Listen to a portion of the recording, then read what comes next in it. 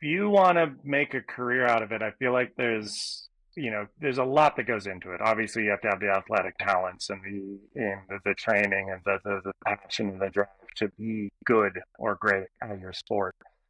But to turn that into a job is the next challenge. And I always tell young people that are coming up is like, your job is not to impress your boss. Your job isn't to impress your boss's boss.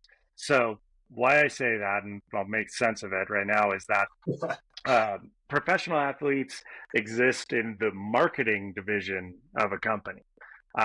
Marketing at a company is always seen as kind of a burden, a necessary evil, and executives at the company don't like to spend that much money on it because it doesn't create money. Like you just go put money in there, and then you're like, come back, and they're like, cool. So how much money did you make? And they're like, we have no idea, but we spent $3 million.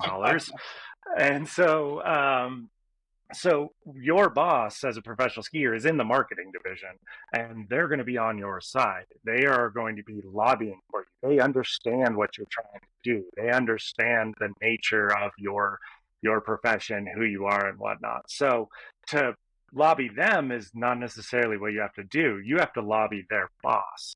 You have to do their job for them. And so I always tell them, I was like, think about like what an executive, what someone from the sales department would think about why they paid you $10,000 and justify that. So either that's coming with data, that's coming with all the digital metrics that are out there these days, whether that comes from calling ski shops and figuring out their sales in your local area to see if you had an effect on that. Whatever it is, your job is to impress your boss's boss. And it takes a lot of time to figure that out, but I've kind of used that mantra to create success in my career because like there's very little financial stability in this. You are, one job change away from your entire job being cut.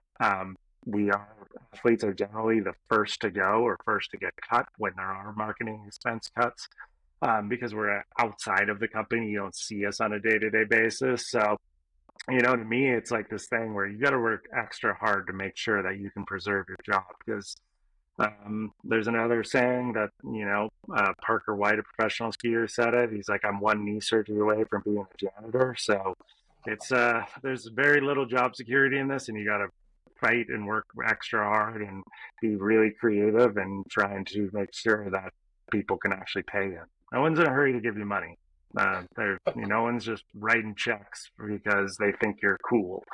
What I'm going to ask you to do now is to diagnose and advise me on my next skiing trips. So, I currently live in the French Alps. I've exclusively skied in the French Alps, never anywhere else.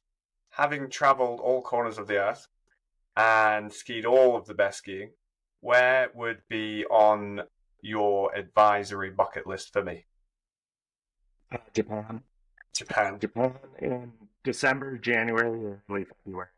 If you want the most guaranteed powder skiing that you could ever find, like you go to Japan in January. There's nowhere else on it like it on Earth, and it's not the steepest terrain. It's pretty tight tree skiing, but like it's so amazing. Like the skiing is so fun, so just like it's just so joyous. And then the food, the culture, the onsens, like all of it is just so awesome. Like Japan is a place where I would take a ski vacation just because it's just like so enjoyable through and through. But interior BC in the early winter is like a place where you can get guaranteed powder, but like can be super avalanchy. You could have a warm spell. You can have winds that come through. And yeah, you could get some of the best skiing in your life there and steep, unbelievable terrain, but you can also be stuck on the flats. And like Japan is just like, it's just incredible how like kind of guaranteed it is. That's where I would go.